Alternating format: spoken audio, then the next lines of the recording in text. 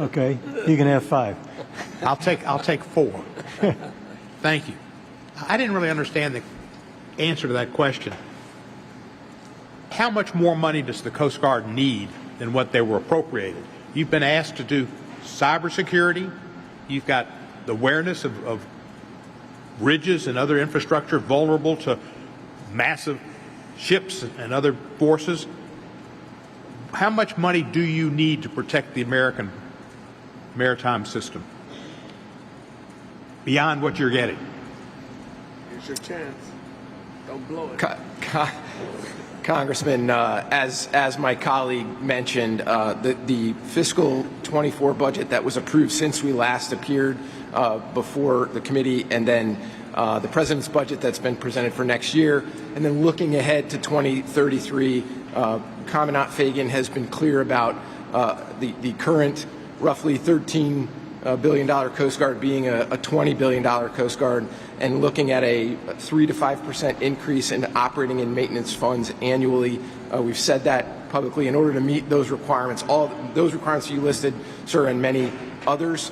To be specific about cyber, my area of responsibility, I would tell you that we are meeting the current demand signal, but there's no doubt, I think anyone has, that that cyber threats are increasing.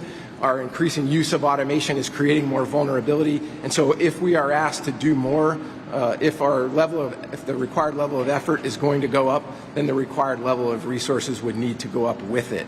So we will be responsible in asking for what we need as those responsibilities increase. Either of y'all want to comment on this? Congressman, Commandant's been very clear that the status quo is a risk position that we're in right now. Staying steady state does not give the Coast Guard the readiness to be able to meet emerging demands and future demands.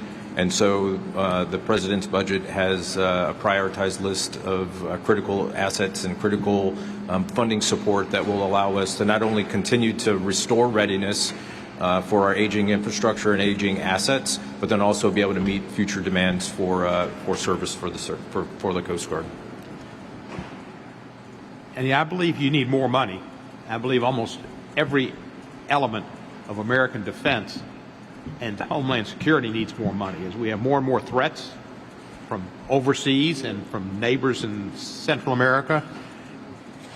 But we have to realize as Congresspeople that things cost money, and the continuing resolution hurt you. When we had not approved the budget for next year, y'all were operating with less funds, and it affected your abilities.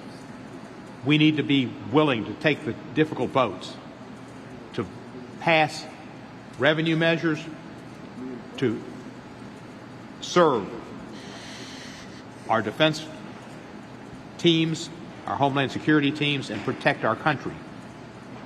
Just putting out jingoistic comments about America and protect us and close our border and build walls and all that kind of stuff doesn't get it.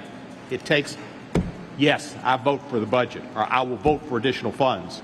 That's what we need in so many areas, and I'm going to be willing to do it. I know in cybersecurity there's going to be a whole lot more, and you've got trouble dealing with Silicon Valley wanting to take a lot of people you probably want to serve in this important area. These ports are vulnerable, and cyber is a future warfare. So I just hope you'll quietly let your voices be known to folks that they need to support funding and not just rhetoric. Thank you for your service. I know what happened in Baltimore is being dealt with, and I guess anything could happen.